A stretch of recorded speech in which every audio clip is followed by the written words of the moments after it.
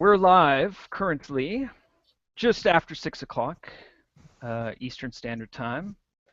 My name is Brent. I am the project manager at rLoop, joined here by a handful of our distinguished rLoop members.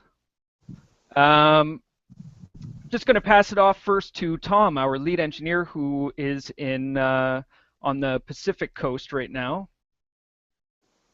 Yeah. Tom, go ahead. My name is Tom. So I'm the lead engineer for the Aero project. My job consists mostly to try to herd a bunch of cats and make sure that everything happens, the design gets frozen, that we select the right bolts, that everything fits together, and that everything is made on time. Quite a challenge, but those guys have been very, very helpful. And we're going to have some introduction from our distinguished team leaders. And let's start with our software lead, Joakim. It's Joakim. They try every week, but so yeah, I'm the lead for all the non-real-time software on the pod. We sort of have two software teams. The software team, and then we have the controls team, which does all the real-time stuff. So we do the communication between the pod and the ground station. We are also responsible for the ground station, developing the ground station software. We are responsible for the data logging on the pod, making sure we get all the juicy data out of it. So we can analyze it later after the pod hopefully completes the test run in one piece. We have been developing a Break-a-Pod web game also that was actually featured in the Verge magazine. That was pretty cool. You should check that out. Break-a-Pod, Google it. Try to beat the high score. We also are responsible for managing all the remote hardware that we have right now. We have a couple of Raspberry Pis set up around the world. I don't actually know where they all are. I only know the IP addresses which we can develop on before we get the actual flight hardware in place. And we are also most likely going to be developing some sort of control device for the pod, for the auxiliary propulsion for it, so we can sort of guide it around the SpaceX test facility and put it on the track and such. So yeah, that's the software team. Joe, approximately how many guys do you have working on the software team? It varies a little bit, but around 4 or 5 people we have. Who are active? Yeah, who are active. We have over 100 people in the channel. Right. Yeah. And you are in Sweden, correct? Yeah. So it's actually midnight here right now. Thanks. Thanks for sticking around for us. Is there difficulties with the time difference working with other people, or a lot of people in Europe that you work with? Yeah, luckily most of us in the software team are actually in or around Europe. To be honest, I don't know which countries they all live in, but 2 are from the UK at least. So that helps out. But yeah, it is a bit of a challenge. Luckily, we have some good online tools which help us manage that. We can sort of schedule meetings, and the schedule will automatically adjust the times you see depending on what time zone you're in. So that actually really helps out. We had some problems with when we were switching over from daylight savings times and stuff like that. Some people ended up an hour late. So if we didn't have those tools, it would be pretty complicated, for sure. And what other tools do you guys use to facilitate your work? We use GitHub, for sure. That's a huge help. And we use a pretty cool service called Weaved, which we use to manage the online hardware, or sorry, the remote hardware, we use Google Docs pretty much for everything else, writing down specifications, doing diagrams, yeah, stuff like that. So it's, and again, without collaborative tools like that, it would be really, really difficult. Like doing something like this by email would take 10 times longer. For sure, for sure. And I know you guys have been doing a lot of work on our little scaled prototype that I have here, and you're just holding off on me Yeah. connecting those servos to the HDK. Yeah. But I'll get Yeah, that the done. Hyperloop development kit. Yeah, that's gonna Yeah. be pretty cool. So for those of you who don't know what that is, that's basically a little miniature Hyperloop pod, you could say. It's got 4 of the ArcPack's magnetic levitation engines that we're gonna use. What is it? 1/16th scale, 1/8. Yeah, I think it's 1/12. 1/12. Okay, so I was okay in the middle. Yes, and we're gonna put a Raspberry Pi and a Teensy microcontroller on that, and we're gonna be driving it around remotely in Brent's garage. So that's gonna be pretty cool. Yeah, I'll just remind anybody who's tuning in, if you have any questions to ask the guys, there is a Q&A app set up. So if you post a question, I've had some questions emailed to me by our contributors of our Indiegogo campaign, which is still live. If you go to indiegogo.com and search rLoop, shameless plug. Yes. We have a few questions popping in, but and I have a few that were emailed to me that I'll ask throughout this webinar. But Joe, thanks a lot for sticking around. I know it's late your time, but yeah, no problem. I'll be around for another hour or so. Great. Let's see, Kyle. Kyle there is our lead systems engineer. Hi there. Yeah, so I'm Kyle. I'm working systems engineering for rLoop. Basically, I'm focusing on documentation, requirements, specifications, functions, all the nitty-gritty paperwork of rLoop. Whereas we have all our subject matter expert team leads here who are focusing on the technical development, looking at the project more from a kind of a managerial standpoint, making sure that we're tracking risks to the project, understanding where there's potential failure modes that could affect our operations on the test track, and just trying to mitigate those risks and make sure that we can bring the whole pod together. I kind of work with all of the team leads, and the software guys, the propulsion guys, the structural guys, and just try to bring all of their designs together so that we have a working prototype come August.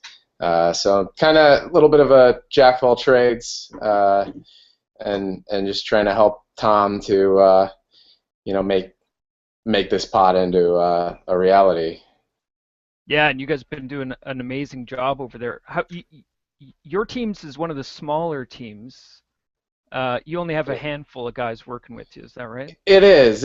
And what's interesting with systems, we will draw help from all of the other teams. We've been very lucky that the software guys and mechanical guys, they'll contribute their people when needed to so that we can take care of our tasks. So we only have a handful that are I'd say dedicated systems engineers, myself and probably 2 or 3 others, but we take help from everyone else, all of the other engineers, and technical SMEs when we can, to build our documents. Our latest, one of our latest documents that we put together was our system design description, which goes through in pretty good detail all of the different subsystems that make up the pod, and it talks about how those subsystems work and how they link together, and just gives the detail and how our pod is going to operate. And did you work on the testing plan as well for the pod? Yeah, that's right. So for testing, what we primarily like to do is, we set out a list of specifications for different components and subsystems. So the test plan is going to seek to verify those specifications. So, it's one thing to have requirements on paper. It's another to then be able to test the pod and show, in reality that it can do what we said it could. So we're going to be using that to evaluate interfaces. We're going to be evaluating performance and essentially functionality of the different parts and pieces of the pod. And we're very lucky, to have, as Joakim had talked about, the HDK kit that'll give us kind of an early look at how some of our hardware components operate. But then from there, we're gonna, once we start building, we will be evaluating, every piece of hardware and making sure that it operates. Great. And where it looks beautiful over your right shoulder there. Where do you find yourself? Yeah, so I'm on the East Coast, living in Maryland. So I'm from the United States, kind of rounding out the team here. We're representing, a lot of countries all over the world, and I'm here on the East Coast of the United States. Right on, It's right fun. on. Actually, I was nearby recently. I should have checked in on you. Oh yeah, anytime you're out here, let me know. Yeah. That'd be cool. For sure. I guess briefly we can talk. Greg here and our friends at ArcsPax have posted a question about our micropod, which we've been sitting on the MFA bundle engines since design weekend at the end of January. We picked those guys up. We're basically ready to start testing. We have the same aluminum alloy in a 6-foot stretch here as the same alloy that will be used on the actual test track at SpaceX headquarters. As Joe had mentioned, the software guys and the control team has been doing a lot of work on prepping. We're going to sort of have like we're going to have it autonomously controlled.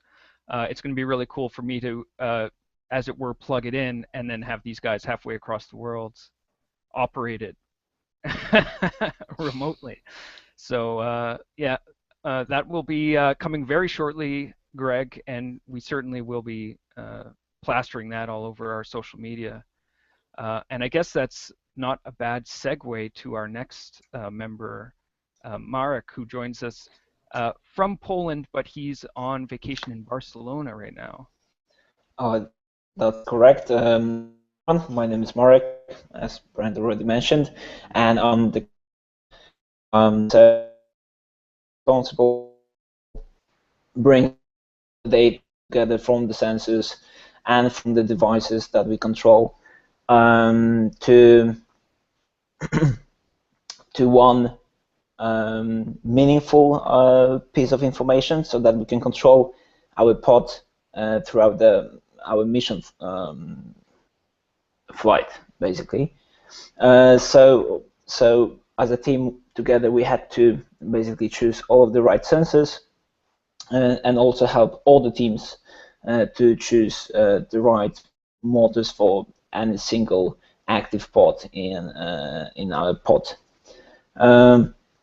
So we are sort of a mixture in between a software team and mechanical team, and also that there's a substantial amount of electrical knowledge that is needed so that we can bring all these pieces together.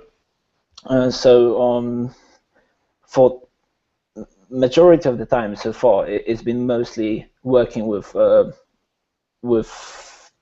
data sheets and choosing the right parts. But at the moment, we are going further into testing the hardware and basically writing the software for our microcontrollers, which will basically operate the pad in the future. Yeah, that's very briefly what we do and what we are responsible for. So all of the real-time control in our pod. And what time is it there for you, Marek? It's midnight at the moment. Okay, so you and Joe. I'm just gonna say Joe, otherwise I'll massacre your name every time. Yeah, you guys are quite close. It's pretty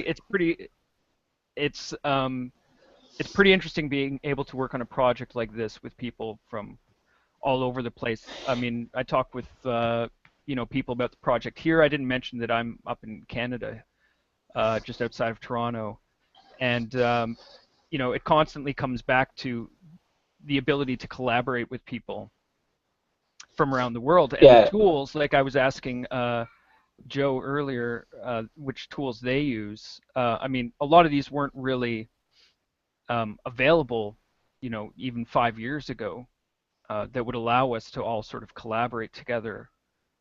So it's pretty awesome to be able to work with you and chat with you while you're on vacation in Barcelona somewhere. Presumably nice and warm, and I'm in freezing cold Canada here. Yeah, that's definitely one of the most amazing things about the rLoop, that it's not only innovative when it comes to what we actually work on, it's also how we work. And if this is going to work out, I think it's a huge milestone for future developments, which will be an international collaborations. I know from my daily job that working with people from all around the world can be quite challenging, and definitely choosing the right tools is crucial for that. So I think rLoop in general is doing a great job when it comes to that, and I can't wait to see what our pod will look like in the future and how it will behave. Yeah, it's interesting, and it's coming very, very quickly. It is. That's true. But yeah, there's a lot of free and open source tools available to us, which is that's absolutely fantastic. Things like Google have been around for many years, but for instance, a lot of the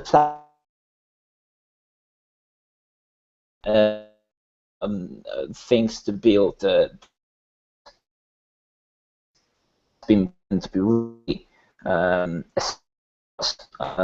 because, for instance, like in control team, we have to do a lot of diagrams, and before using software like Microsoft Visio, for instance, was just not an option, because there has to be many people working on the same document at the same time, has access to that, able to edit it. I think like 2-3 years ago, maybe collaboration like that wouldn't be possible at all. So definitely the progress in all these online collaboration tools has been crucial for this project. And approximately how many guys do you have working with you on your team? So as previous members, team leaders already mentioned, that varies quite a lot. So typically we will have around 5 active people, and this can be up to, let's say, 10, but obviously not every single member is active at the time, as this is all basically a volunteering work. So people basically approach it at their own pace. Well, you guys have done some awesome work since you joined our team, so thank you very much, Marek, for joining us while you're on holiday. and for leading the controls team. It's a pleasure. Enjoy it. We really appreciate it. Talking about those tools, one of the awesome tools we've been able to use is Fusion 360, which is a collaborative CAD program offered by Autodesk, and someone who might be able to give us a peek at some of the work we've been doing on there is Mr. Scott, our lead structures and Aero guy. Yeah, did you want me to do that now, or? Sure, if you'd like. All right. Give me just a sec.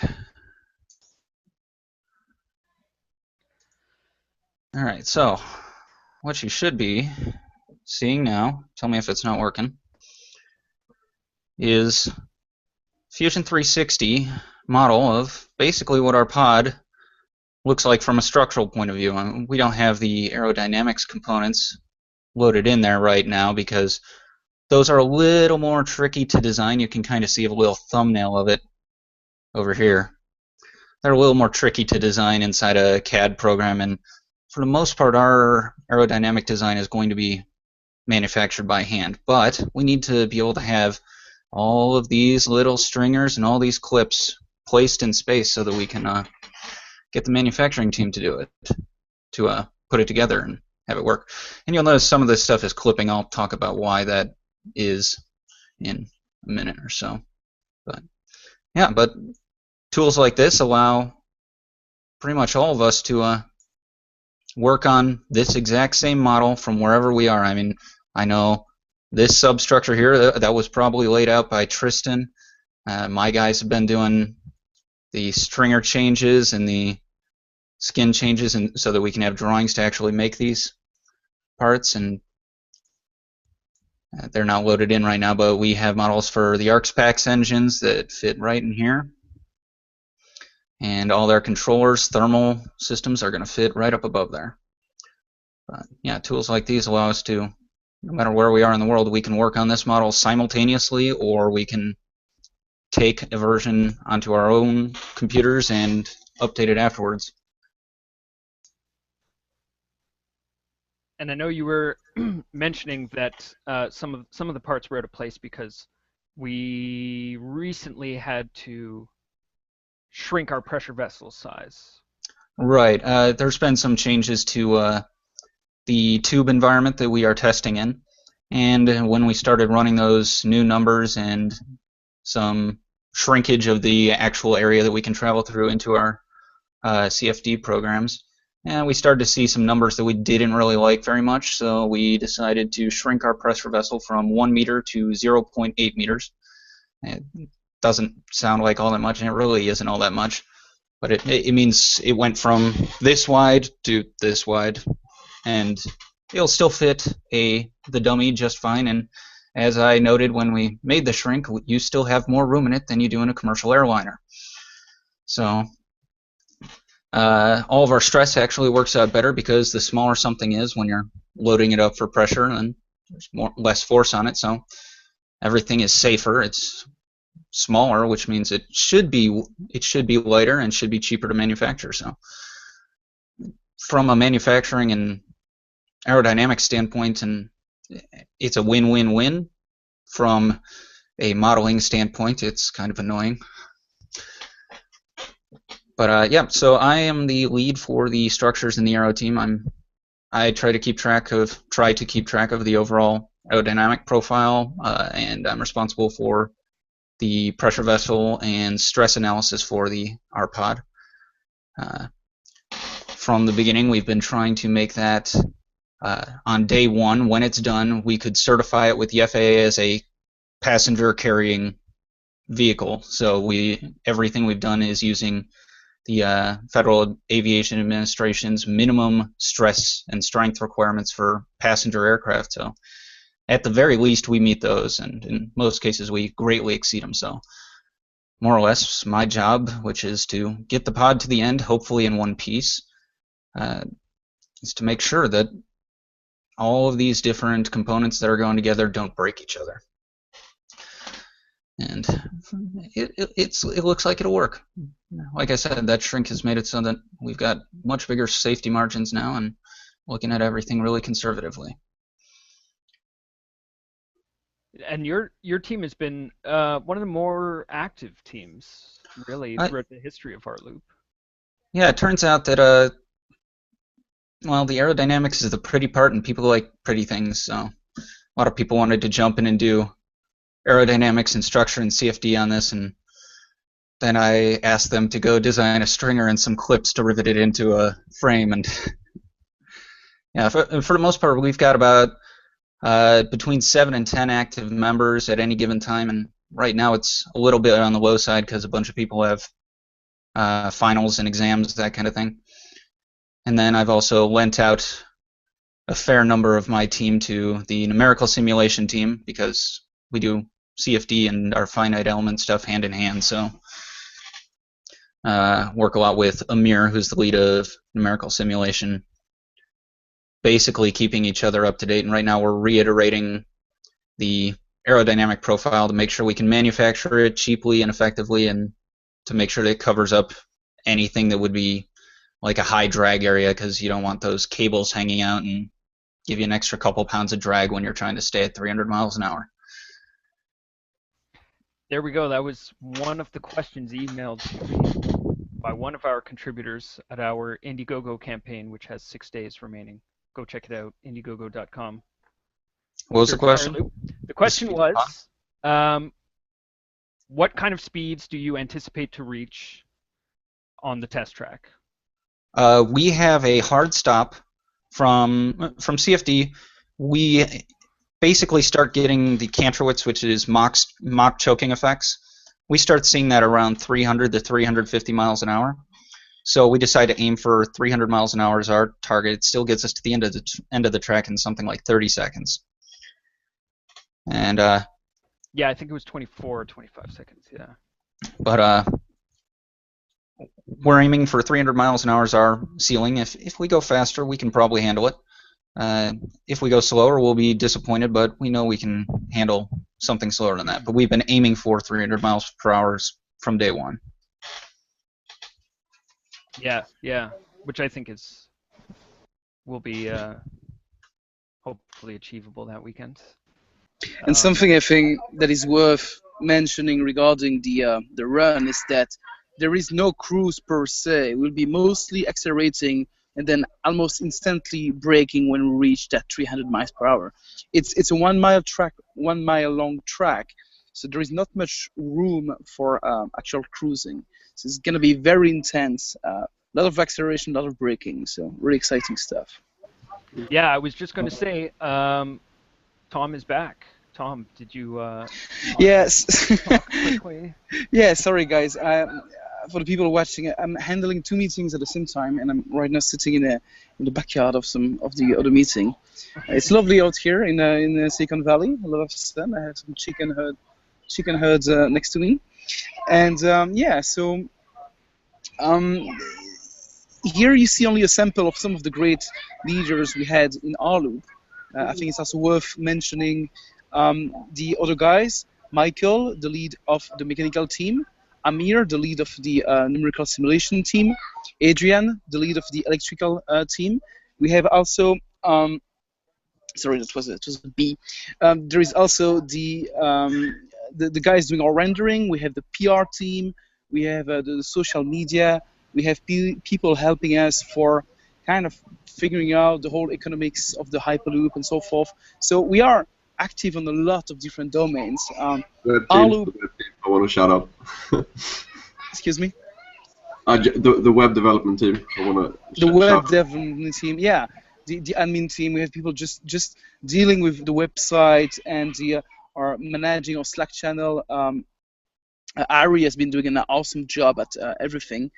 He's been very patient with us. We've been pushing a lot of stuff on him, and he's been really patient with us. So rLoop is a great experience in terms also of everybody try to contribute in their own way. And you see here only mostly the technical side, but you have people with no technical expertise at all that were able to help in some ways. and I wanted to, to send a shout out to those guys. They really are as important as the others in making the whole rLoop success we had so far. Yeah, absolutely, good point. And also, everybody who's contributed to the rLoop project over its history. I mean, currently, I think I was just checking our analytics today. We have 386 active members of the team currently, but over the course of our history, we've had well over 500 people come and go and contribute in some way or another to the project. So thank you to everybody for their contributions. If anybody else wanted to add anything before I go into questions, I just have 3 or 4 questions currently. Anybody watching as well, you're free to post them either on the Google Hangouts or the YouTube page. So, yeah, go ahead, Joakim. Yeah, I had a quick question for Scott. Actually, you mentioned before that it's gonna the pod is gonna have more capacity than a commercial airliner. What did you mean by that? Average shoulder room on your everyday, like 737 whatever, is between 18 and 22 inches, and from frame to frame, the crash test dummy is going to have something like 26 inches or 27 inches. So he will be more comfortable than my parents who are flying home right now. So. And I wanted to, I don't think we've touched about the manufacturing so far, Brent. Have we? No, we haven't actually. Okay, let me give a couple of words on that, and I'll have to eclipse myself for the meeting for a couple of minutes again. So we will be building the pod mostly in the Silicon Valley. We have a location that is in Menlo Park area. We are currently assembling a team of volunteers to help build a pod, and we have already a team of 20 to 30 people strong, but we're still looking for more people. And the way we'll be building the pod is that because the volunteers are not always the experts in the domain to require to build a thing, we'll be setting up a new system. I don't think we've found a name for it yet. You said automation building. Anyway, we need to find a name for it. If you guys have a cool we're name for bouncing it. names around still. Yeah. So what we're going to do is we're going to have the people from rLoop, the expert from rLoop, make build instructions for the volunteers, and the volunteers will have a set of cameras around their workbench, and they will have a stream, and they will have the expert kind of telling them, okay, this is what you need to do, and helping them, directly helping them over the internet to build some parts. So that's kind of a world first thing we are going to try out. We'll see if that works well. There will probably need to be some touch up, but we're really excited about that, to be able to still stay in the rLoop mode of having the internet world participate in the making something together.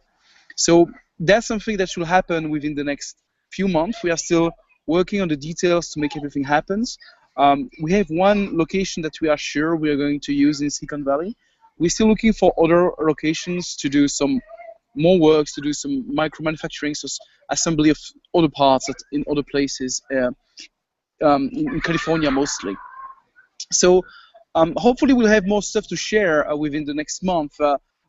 It's been a bit quiet the last couple of weeks in terms of news release on our end, but trust me, as soon as we start releasing some stuff, you'll be flooded with cool pictures and cool videos of stuff we're doing. So stay tuned for that. Absolutely, absolutely. Thanks for that, Tom. I neglected the manufacturing side entirely, but very good point. Very good point. So, unless anybody else had anything, we have a handful of other questions that I might just throw out there, and anybody can chime in if they want to handle it. I guess we'll start maybe because we just discussed it.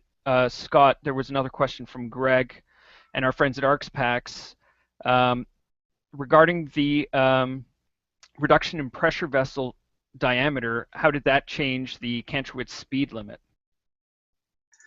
Yes, and I have a famous paint drawing to share with you. Yes, another one of Scott's paint drawings. All right. So, Kantrowitz limit is based mostly on the ratio of the area of where the air is flowing through versus the area when it's blocked. So, if you've got something blocking it, your area ratio has gone down, right? And when that goes down, then your maximum Mach number before you start getting some serious drag effects go down. So when we shrunk the pressure vessel, that meant our area ratio goes up, meaning that we can basically shove more air through, which means we can go faster. So ideally, this shrinks down to 0, but you can't really do that, and that's why in the SpaceX Alpha paper, they've got that compressor in front, which increases that area ratio even more, because all of a sudden your pod, your passenger vessel, which isn't really hollow, now is hollow. That's Amazing basically what you can do with MS Paint, Scott. You're a wizard. It is great. For those who don't know, one of Scott's paintings made it into a Verge article, was it? It doesn't die. It was beautiful, Scott.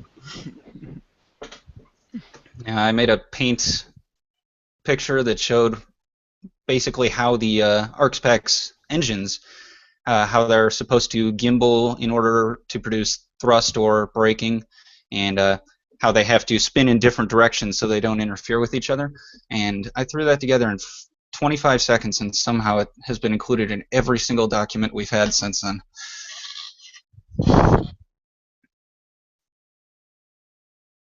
All right. Thanks for that, Scott. Appreciate it. Actually, this might be more relevant as well currently, is another question sent to us by one of our backers was, assuming future designs go with maglev rather than air bearings, which were initially proposed in the Alpha paper, what is the constraint on higher speeds for long straight sections? Is it the piston effect from small amounts of air in the tube? If so, are very much higher states of vacuum an option? Higher states of vacuum are really, really tough. I mean, it takes a long time to pull just like a normal vacuum chamber down to like the types of pressures that we want to operate at, the 1,000th of an atmosphere or something like that. And now we're talking about something that's going to be 4 meters wide and 200 miles long. And so pulling that down to a lower vacuum is going to be nearly impossible. Or it would require just an insane amount of pumps that makes the whole thing not electrically feasible. The way to get around that Kantrowitz limit, that choking effect, is to either go really slow or to go really, really, really fast and basically get past that piston effect.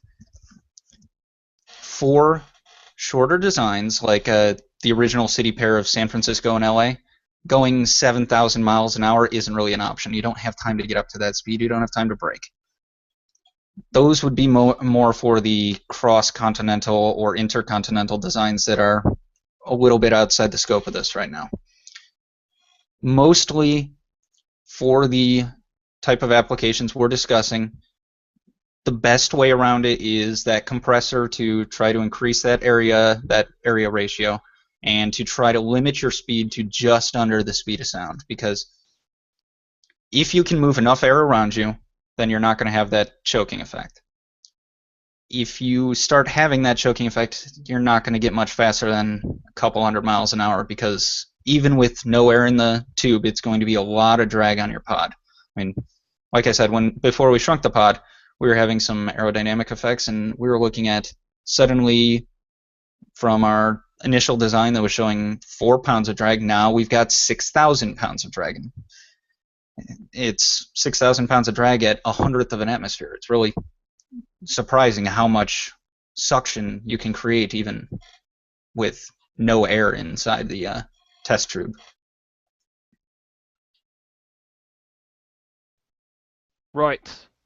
I didn't realize it, but there were half a dozen or so questions being posted on the Google Hangouts page, not using the Q&A app, so I wasn't notified, but I've got a handful here for you guys.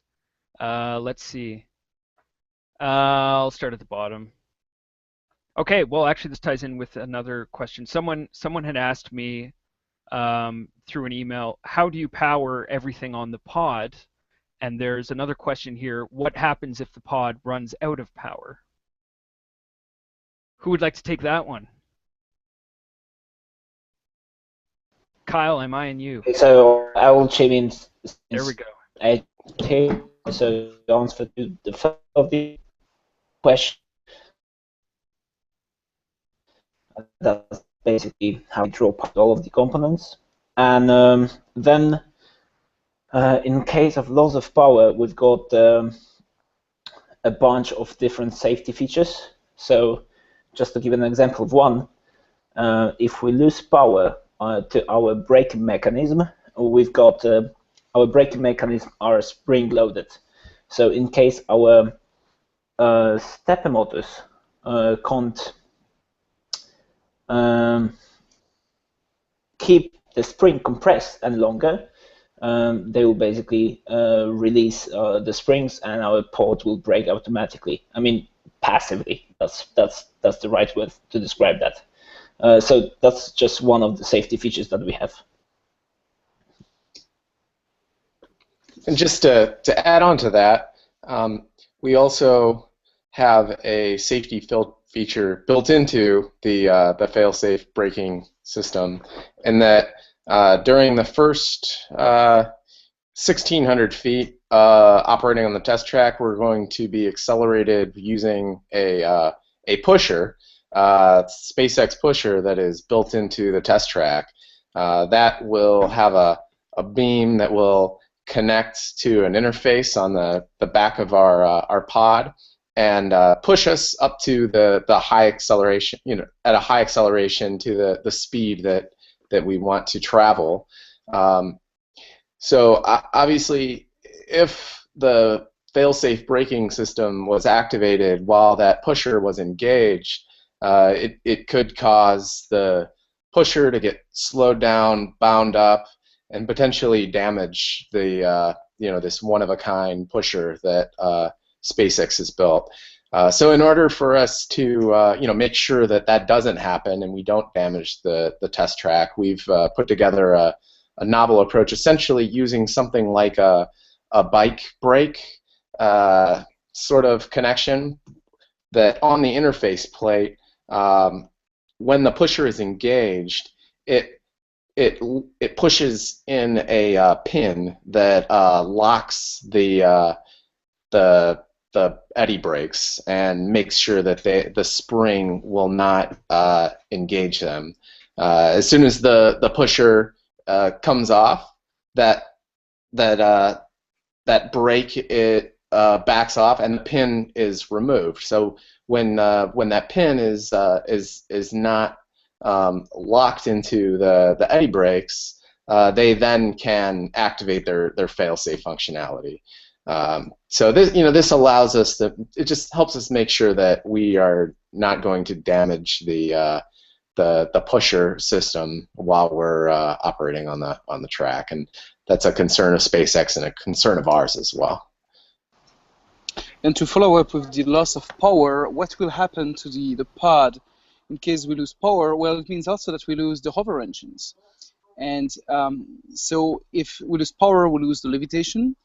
Actually, the hover engine should still be able to levitate on their own when you are at high speed.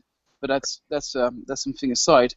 But if you lose the levitation, we have a set of wheels. We have a couple of set of wheels at every corner, metallic wheels, that where the pod can safely land on those wheels, so it doesn't damage the track nor damage the hover engine. And Tom, thank you. While we still have you, there might be one here that you'd like to, one question here you might be able to handle best. Sure. And I think we're sort of talking about it in a broader sense, but the question is, what are the strengths of the rPod design? Well, a couple of them. The way we have a pressure vessel, so we directly took the approach of having a bunch of systems directly pressurized. We didn't want to deal with looking into vacuum compatibility for everything, so we decided to have a pressure vessel. The way the pressure vessel has been developed is using the same approach that is used for business jet, and Scott can probably tell you more about it. So we use the same regulation that are usually used for to create pressure vessels for aircraft. So that's something already robust. We're using a proven technology on that. The other good thing is the overall pod is still pretty simple. Everything kind of makes sense. We're trying to keep it as simple as possible. One of the big system we have on the pod are the way we levitate, and we're using 8 Arcsparks engine from 8 over engine from Arcsparks. And the cool thing with that is, we thought long about different type of levitation, air bearing versus magnetic levitation, and skid versus active levitation. The cool thing with active levitation is that you don't need to reach a certain speed in order to be able to levitate. We can levitate directly, without the pod moving. You can even imagine the pod moving around in the transit area before it actually enters the Hyperloop. So we thought that this kind of approach has to give us some versatility for scaling up the model. We're using more power. It's slightly more complex, but it's much more robust and much more. You have a lot of possibility using that. So the way we levitate is definitely another one. We have thought about our pod with safety in mind since the beginning.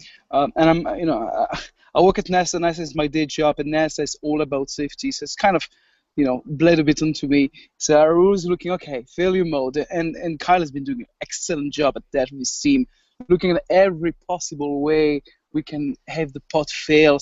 A pin that bursts, we lose that circuit over there. What happens? And we have like a 200-page document just on that, where we looked at every failure scenario, what we can do about them, and keep that in mind when we design the pod. So that's built in. That's built in the pod. We have I think we have very reliable system. We have a lot of backup to backup without making the whole thing too complex either. So we talked about the safety wheels. We talked about the way we brake with the springs, so the fail-safe brakes, and the way we prevent the fail-safe brake to happen in case we are pushed by the pusher.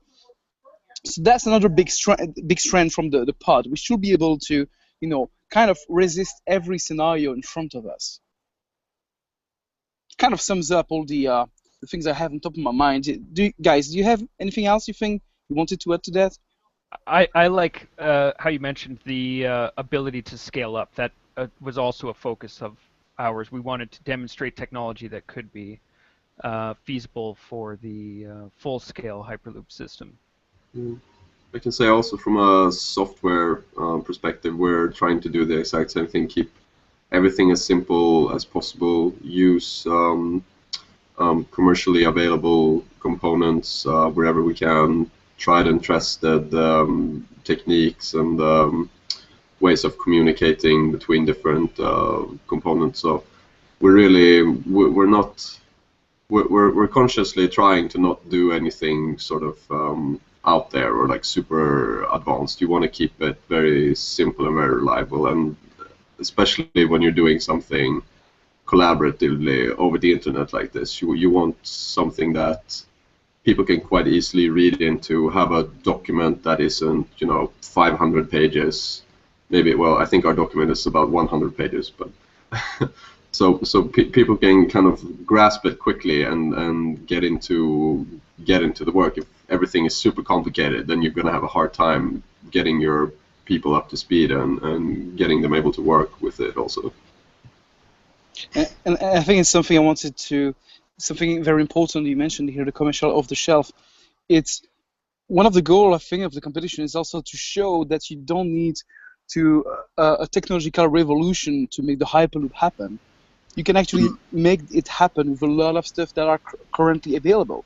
You just need to make them work together to be able to, shift them in a certain way and see how we can make the whole thing work. And I think that's one of the main message that the competition wants to convey, and that's kind of a philosophy we had also.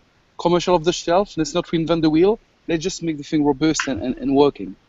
Yeah, I think that's pretty cool. I see a lot of other Hyperloop teams, like especially with the avionics, since I'm the software guy.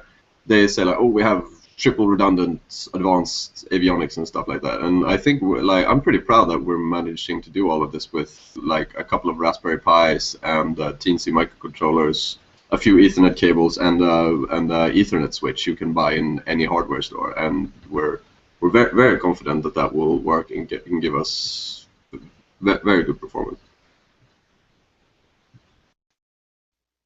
Yeah, absolutely. It's pretty remarkable. This stuff is primarily commercial off the shelf, so it's just making them work together in such a system.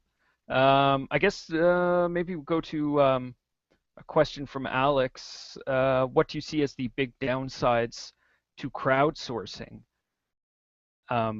Me personally, I've thoroughly enjoyed this this journey we've all taken, but did you guys in particular, were there any moments or issues that really stand out as being particularly difficult working collaboratively on a project like this? I can name some, and I think those are the stuff I said in the past when I gave my presentation.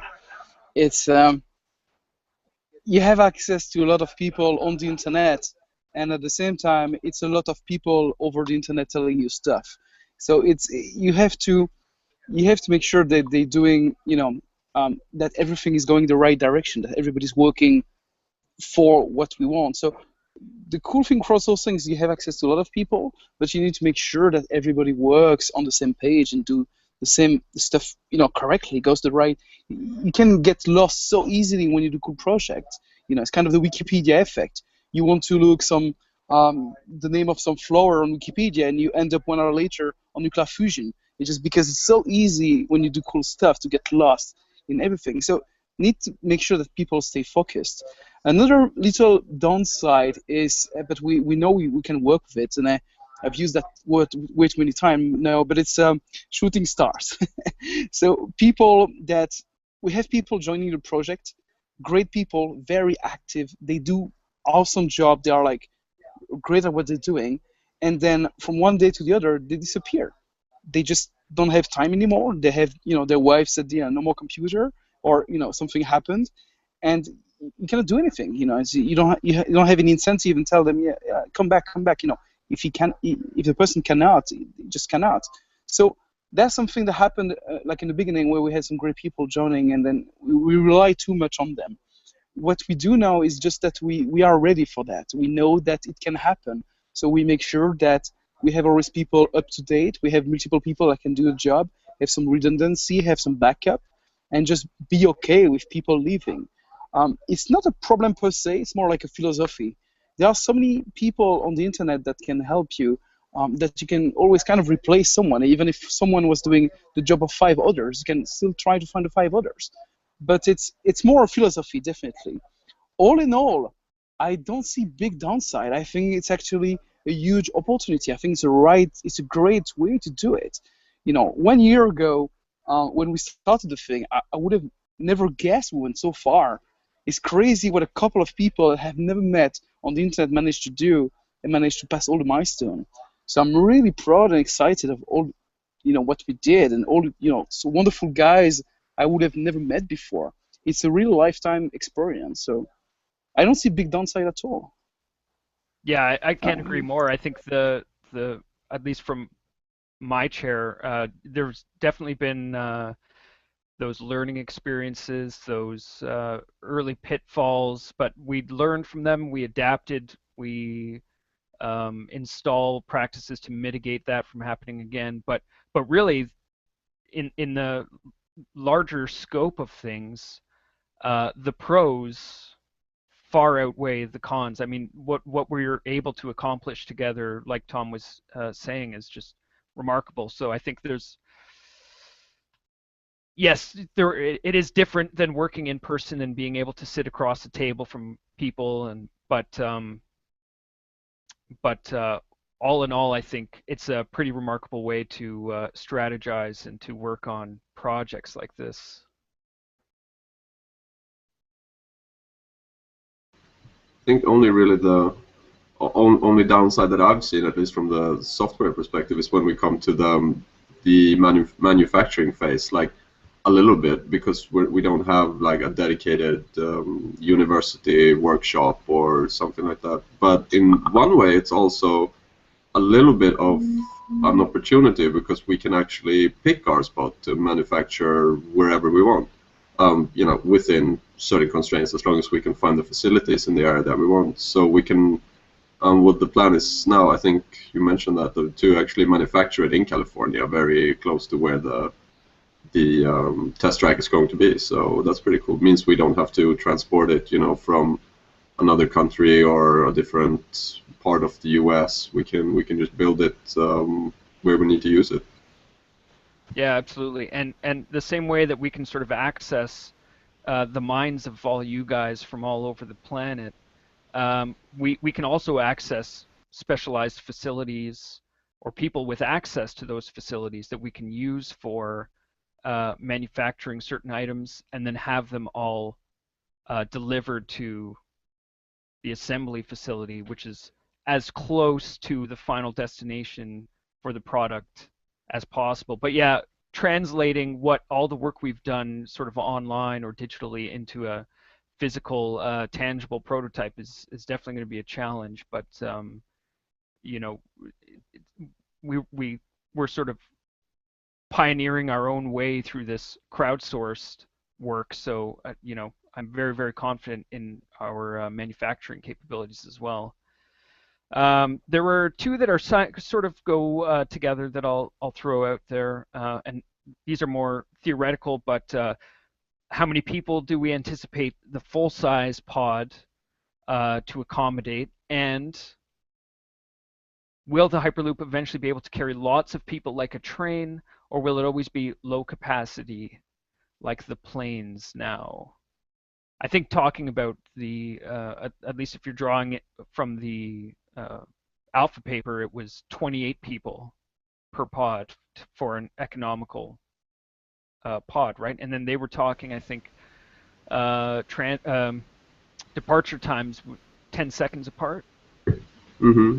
And there's nothing stopping you from doing trains with Hyperloop pods either. I mean, I think the reason everyone's talking so much about pods is for the great flexibility that gives you. You can sort of launch them more on demand. With trains, you usually want to have a schedule. It kind of makes sense to put 10 people in a 28 pod or 28 seat pod and then launch that. It doesn't make so much sense to put 10 people in a 250 person capacity train and launch that. But and a train would have some cool benefits too, in that you would only really need a compressor on the front pod, and then the other ones can be a lot simpler and a little bit cheaper. Of course, you need a solution to pipe the air through the back still, so it might be a little bit more complicated. But there's absolutely nothing sort of stopping you from doing that, said the software guy. Just to add on to that a little bit more, I think there's a lot of opportunity as well in transporting cargo using the Hyperloop concept.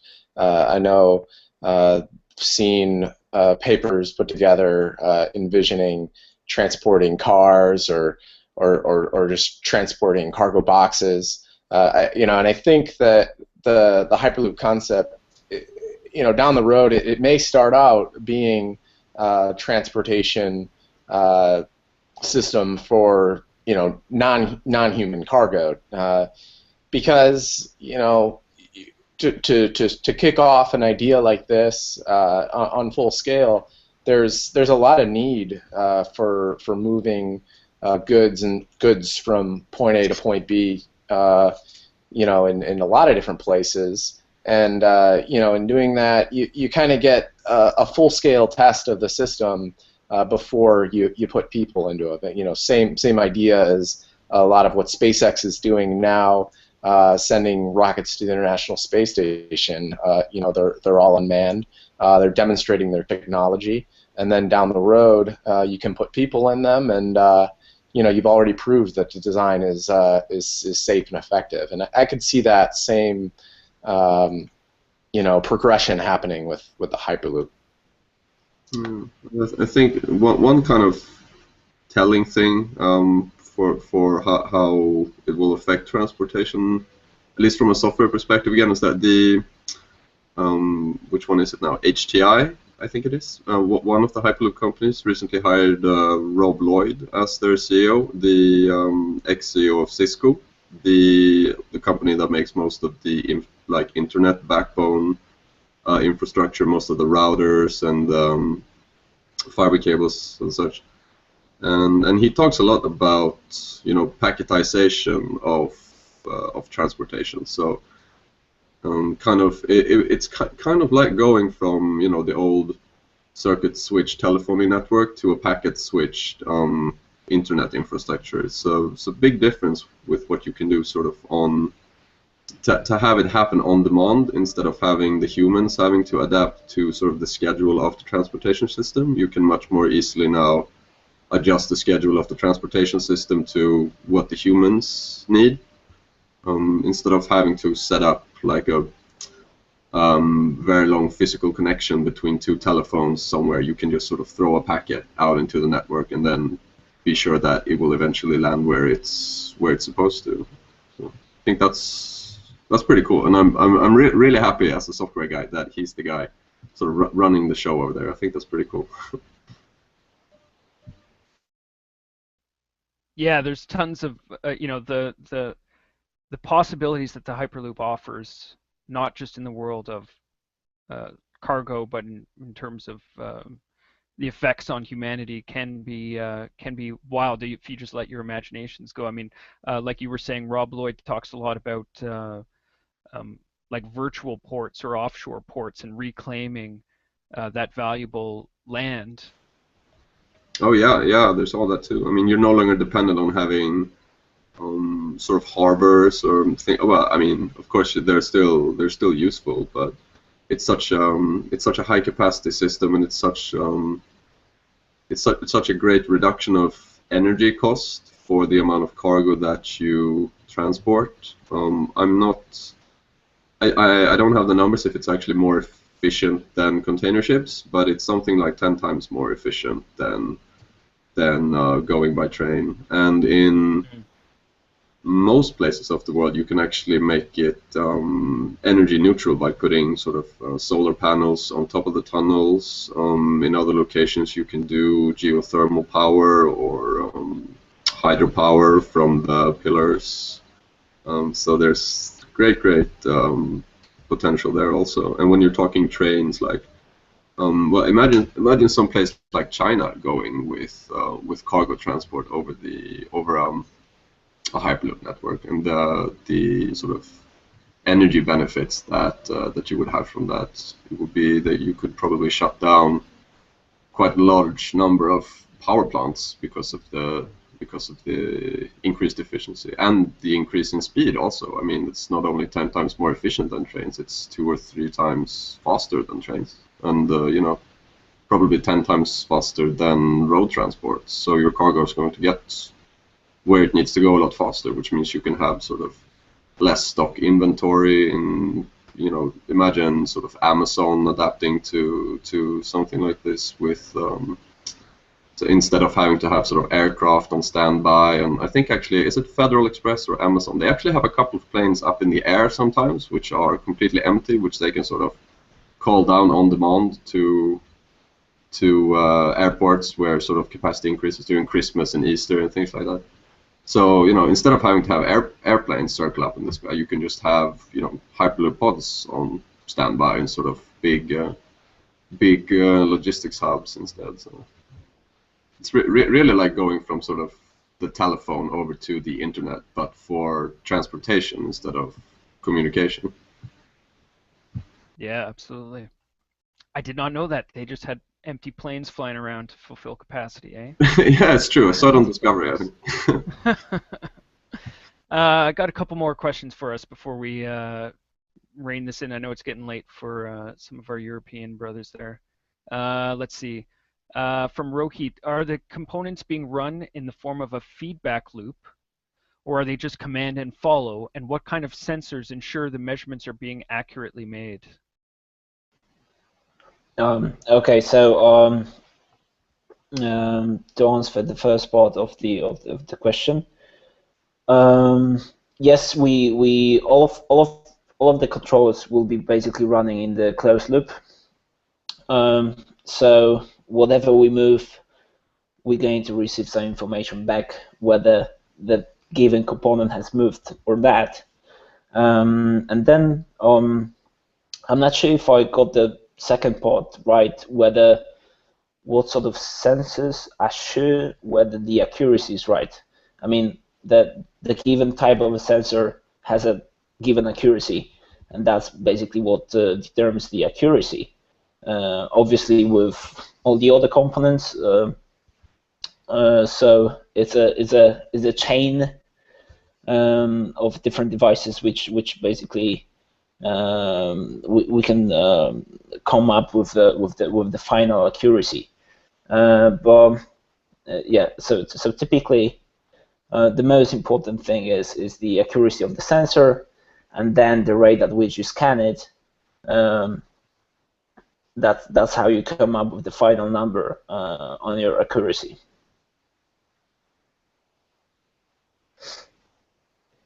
Very good. Very good. Rohit had another question. Is an interface being developed where different parameters will be monitored or controlled when the pod is being tested and then finally being run for the competition? So we're going to before the competition, we're going to prepare a couple of different test rigs. So all of our sensors will be tested in a specially prepared environment for that, which is supposed to be as close to the competition conditions as possible. And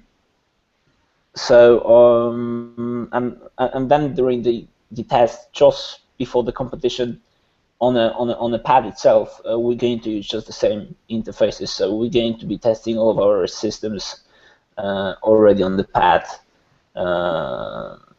in a very same way than during the competition itself. So firstly, a couple of different test rigs, then we move over to the full pad where we do some tests, and then we take part in the competition, basically. I didn't hear, was there a question about sort of displaying the data also from the tests? Yeah. Whether there's going to be a different interface for the tests and for the competition itself. Okay. Well, we are going to develop ground station control software and a telemetry display interface, sort of like a little mission control package. So we're gonna have there's gonna be like a big red abort button in case something goes wrong and we want to emergency brake the pod. So we're going to have a graphical interface where we display sort of the hover height and maybe like something like the temperature of the engines and the power levels, and so if we see that anything goes wrong, we can push the big abort button and hopefully save the pod. I think there was also part of the question about whether the pad will be commanded manually. So the end goal is basically that it will be fully autonomous, and the only input, I mean, basically, hopefully from us there will be no input, but if there will be any, due to the fact that actually the the whole mission flight is going to be so short, just below 30 seconds. The only thing we can do is just to hit the abort button, and that's it. So no other commands by hand. Yeah, maybe a little bit of like auxiliary propulsion to sort of guide it into the yeah. But that's going to be like and to recover it from the tube. So at the beginning and at the end. So yeah. That's about it. And yeah, I think it would be cool if SpaceX would put up some like aluminum or copper plates for us, so we could use the hover engines for that, sort of run around like a big RC hover pod on a parking lot, like just plastered the whole parking lot. Yeah. It would be really practical too. You have 0 turning radius. You can just turn it on its center of mass. It'd be pretty cool. Put that in the spec. Yeah. We'll bring a giant sheet of aluminum ourselves. Play around with in the park. I think, as far as I can see, guys, that's about all we had for questions, except I saved the juiciest for last, which has been asked a lot lately. But if you win the SpaceX competition, what do you see as the next step? Now, I don't know if they're referring to next step for rLoop, or the next step for the Hyperloop. But I think, from my perspective at least, and I'm gonna be that guy and say, everybody's gonna win from the SpaceX competition. We're gonna see such an awesome demonstration of technology that weekend or week. We're gonna win it. We're gonna win it. I'm really looking forward to seeing all the designs that week. I think we have 30 teams total going. Really looking forward to see what everybody brings and the capabilities of everybody. And the next step for rLoop, we all know we've been talking about a lot of things, but the end of the competition surely isn't the end of rLoop. I like to leave it vague like that. But, you promised me asteroid mining, Brent. You said we do that? asteroid mining. Yeah, you promised, Well, you promised me asteroid mining before. And also, there's Elon Musk's what is it? The supersonic VTOL electric jet. He's gonna need someone to build that for him. So maybe the internet will have to step up again and come up with some fancy prototype for that. That'd be cool. Tom and I were talking about laser beamed propulsion for spacecraft. Yeah, beam propulsion would be cool. I think I don't think Tom's with us, but he says yes. He's a big proponent of that. Yeah. Did you guys have any, what did you see as the next step for the Hyperloop? Or shoot. Hey Tom, guys, I heard beamed energy propulsion. That's how you summon him, by the way. I just ran out of the meeting.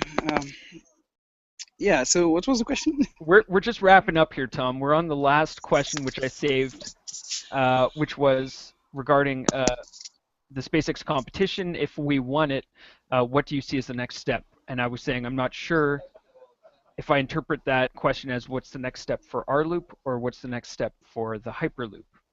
But we were joking about the next projects that rLoop might take on. This is not much of a joke. You don't joke about those things.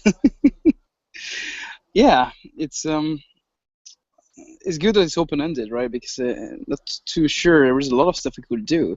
It's all going to depend on all the stuff we managed to do for the rLoop.